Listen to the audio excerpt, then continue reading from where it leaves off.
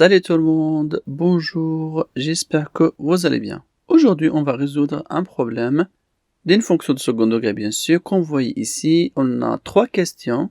Ce problème est basé de trouver l'expression d'une fonction de second degré graphiquement. C'est-à-dire, à partir de la courbe de la fonction de second degré, on va essayer de trouver la fonction f de x, qui est égale à ax au carré plus b de x plus t.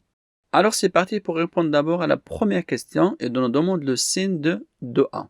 On commence. Maintenant, comment je détermine le signe de A graphiquement, c'est-à-dire à partir de la courbe de la fonction, comment je peux identifier le signe de A? Avant tout, on va regarder la variation de la fonction. D'accord? On va regarder la variation de la fonction sur l'intervalle moins l'infini plus l'infini, bien sûr. Qu'est-ce qu'on remarque? On remarque que la fonction elle est croissante sur l'intervalle moins l'infini jusqu'à 1, parce que regardez bien, quand x est égal à 1, la fonction elle change la variation, et elle est décroissante sur l'intervalle 1 plus l'infini. C'est bon? Donc cette fonction elle est croissante et après elle est décroissante. C'est très important de faire ça avant de déterminer le signe de 1, parce que c'est la variation de la fonction qui va déterminer le signe de 1. C'est clair? On va écrire ça. La fonction est croissante sur l'intervalle moins l'infini 1, et décroissante sur l'intervalle, bien sûr, 1 plus l'infini. Donc, si vous voyez que la fonction elle est croissante et après elle est décroissante, donc le signe de A, elle est comment? Elle est négatif. D'accord? Si vous remarquez que la fonction elle est croissante et décroissante, le signe de A, elle est négatif. Je ne connais pas sa valeur, mais je peux connaître au moins son signe.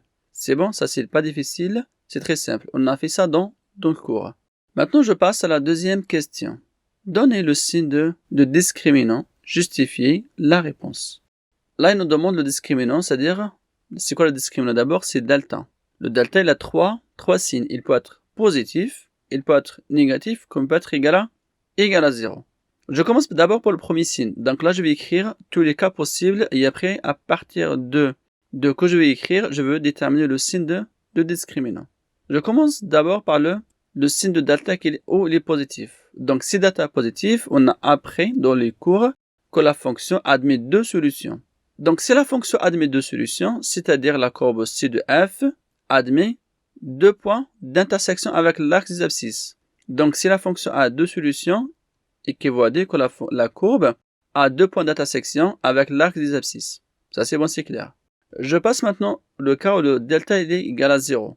Si delta est égal à 0, la fonction admet juste une solution. Si la fonction admet une solution, c'est-à-dire qu'elle a juste un point d'intersection avec l'axe des abscisses. La courbe C de f a un point d'intersection avec l'axe des abscisses. Maintenant, le dernier, si delta est négatif, la fonction n'admet aucune solution, c'est-à-dire que la courbe C de f n'a aucun point d'intersection avec l'axe des abscisses, qu'on voit ici. Donc là, on va choisir quel signe de delta, positif ou négatif ou 0. On reprend la courbe. On voit la courbe qu'elle a deux points d'intersection, qu'on voit ici. On a un point d'intersection, voici exactement avec le petit rond au jaune. Le deuxième point aussi, le voici, le point d'intersection bien sûr, avec le petit rond orange. Au jaune, c'est la même chose. Donc cette courbe a deux points d'intersection avec l'axe des abscisses, on est d'accord? C'est bon? Donc là, je peux dire que delta, elle est positif. Voici. Donc là, le signe de delta, on a bien justifié. Pourquoi? Il est positif car la fonction a deux points d'intersection avec l'axe des abscisses. Ça, c'est très important de connaître ça. C'est bon? Je passe maintenant à la troisième question. À l'aide de la courbe, donnez l'expression de f de x qui est égale à 1 fois x moins alpha au carré plus bêta. D'accord? Ça, il faut le faire. À l'aide de la courbe, donnez l'expression de f de x est égale à 1 fois x moins alpha au carré plus bêta. Bon. Là, je peux commencer déjà à déterminer la valeur de alpha. Donc, la valeur de alpha, ça, je peux la connaître. On a dit la forme, ça, c'est la forme canonique, on est d'accord? F de x est égal à 1 fois x moins alpha au carré plus bêta, c'est la forme canonique. On a bien dit le sommet de la fonction de second degré, c'est alpha et bêta. L'abscisse, ça fait alpha et bêta, ça fait ordonnée. On commence à déterminer la valeur de alpha, bien sûr, c'est la première chose que je peux faire. Bon, parce que c'est facile à faire ça. Et pour déterminer la valeur de alpha, il faut d'abord déterminer le sommet, il est où sur la courbe.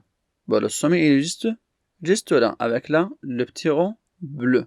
Bon, alpha, il est où? Il est sur quel axe en fait? Pour déterminer la valeur de alpha, qu'est-ce que je vais faire? Je vais tracer juste une droite parallèle à l'axe des ordonnées. et après je cherche l'intersection de cette droite-là avec l'axe des abscisses. Bon, le point elle est là. À partir de là, je vais tracer une droite qu'on voit ici. Donc, alpha est égal à combien? Est égal à 1. On a bien dit le alpha, c'est l'intersection de la droite bleue avec l'axe des abscisses. Donc, alpha est égal à 1. Je peux écrire maintenant. Alpha est égal à 1. Qu'on voit ici avec la main. Voilà la petite flèche aussi.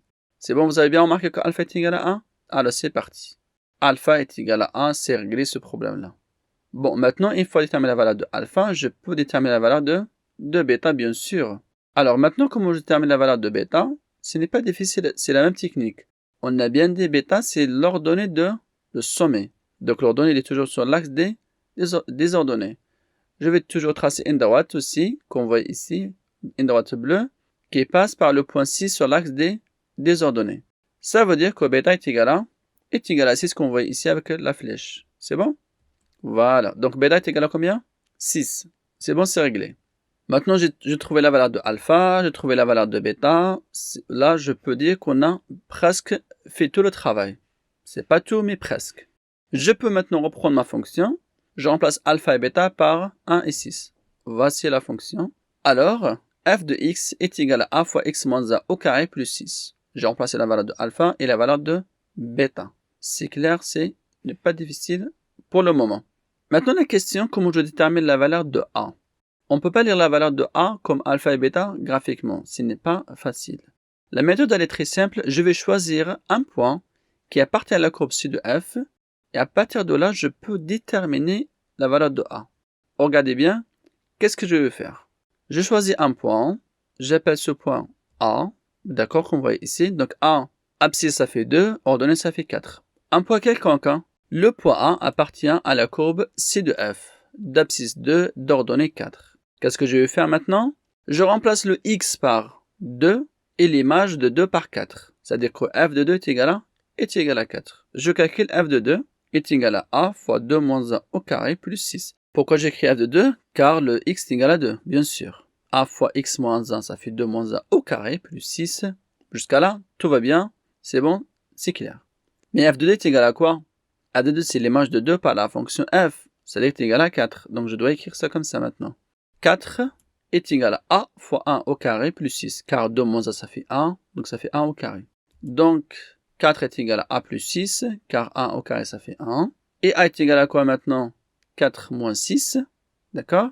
Et donc, le a est égal à moins 2. Et comme ça, c'est réglé. Donc, je vais trouver la valeur de a.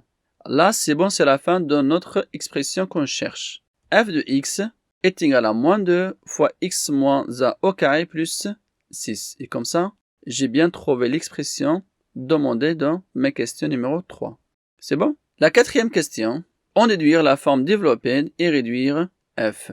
F de x est égal à moins 2 fois x moins a au carré plus 6. Pour développer cette expression, ce n'est pas difficile. Sérieusement, ce n'est pas difficile. Bon, comment je vais faire ça? On va d'abord commencer par développer le x-a au carré. X-a au carré, pour le développer, il faut utiliser une identité remarquable de a moins b au carré, qui est égal à a au carré moins 2ab plus b au carré. Donc le a, ça fait x, et le 1, ça fait b. Donc est égal à moins 2, il faut toujours garder le moins 2, fois x au carré, moins 2x plus 1. Le moins 2, il faut toujours le garder devant l'expression de x moins 1 au carré. Je développe, j'obtiens x au carré moins 2x plus 1 plus 6. Une fois c'est fait, je développe maintenant le moins 2 sur tous les termes qui sont entre parenthèses. J'obtiens que f de x est égal à quoi? Moins 2x au carré plus 4x moins 2. C'est un développement très classique, ce n'est pas difficile, plus 6. Et à la fin, je peux dire que f de x est égal à moins 2x au carré plus 4x plus 4. Et comme ça, c'est réglé. Voici l'expression réduite de ma fonction de second degré. Et ça, c'est la fin de notre exercice pour aujourd'hui. Voici la méthode. Comment je trouve une expression d'une fonction de second degré graphiquement. J'espère que vous avez bien compris. On se voit la prochaine fois. Travaillez bien s'il vous plaît. Au revoir.